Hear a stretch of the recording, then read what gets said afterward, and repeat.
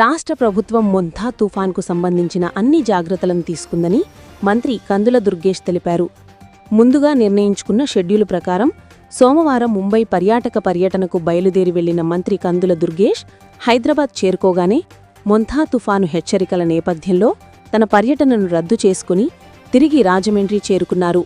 Airport నుండి నేరుగా ఇంటికి వెళ్లకుండా నిడదవోలు తహసీల్దార్ కార్యాలయానికి చేరుకున్న మంత్రి కందుల దుర్గేష్ స్థానికంగా ఏర్పాటు చేసిన కమాండ్ కంట్రోల్ సెంటర్ ద్వారా మొంతా తుఫాన్ తాజా పరిస్థితులపై అధికారులతో సమీక్ష నిర్వహించారు. ప్రస్తుత పరిస్థితుల దృష్ట్యా తుఫాను వల్ల ఎలాంటి సమస్య లేదని అధికారులు పూర్తిస్థాయి జాగ్రత్తలు చేపట్టారని వెల్లడించారు. ఈ సందర్భంగా రాబోయే 2-3 రోజుల్లో తుఫాన్ పరిస్థితి అంచనా వేసుకుని తీసుకోవాల్సిన జాగ్రత్తలపై అధికారులకు పలు సూచనలు చేశానని మంత్రి కందుల దుర్గేష్ అన్నారు. అత్యవసరమైనటువంటి పని ఉంటే తప్పితే వెళ్ళి ఇబ్బందులు పడద్దనేటువంటి మాట మొదలుగా చెప్తున్నాం.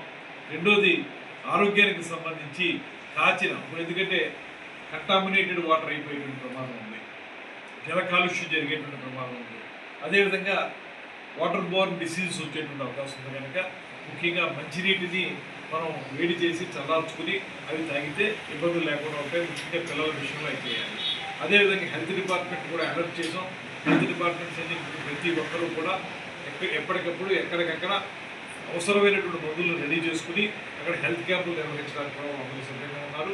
ప్రతి గ్రామంలోనూ కూడా ఏ చిన్న అవసరం ఉన్నా కూడా వైద్య సిబ్బంది వారికి సహకారం ఇస్తారు. కాబట్టి పెద్దలు పిల్లలు కూడా జాగ్రత్త వహించి ఎక్కడా కూడా కాలుష్యమైనటువంటి మంచినీరు తాగకుండా ఉండేలా చూసుకోవాల్సిన బాధ్యత ఉంది. దాంతోపాటు ఎవరికైనా సరే ఏ అవసరం ఉన్నా కూడా ఆహారానికి సంబంధించి కానీ నీటికి సంబంధించి కానీ ఉపయోగపడే విధంగా మేము అన్ని జాగ్రత్తలు తీసుకుంటున్నాం. దానికోసం వాటర్ ట్యాంకర్స్ కూడా ఒక 10 అర్బన్లోను రూరల్లోను ఒక 4 అర్బన్లోనూ ఏర్పాటు చేయడం కూడా జరిగింది. మంచినీటిని సరఫరా చేసే కార్యక్రమం కూడా ఏర్పాటు చేస్తాం. ప్రజలు మాత్రం జాగ్రత్తగా ఉండండి. 2-3 రోజులు జాగ్రత్తగా ఉంటే మీకు ఏ ఇబ్బంది ఉండదు.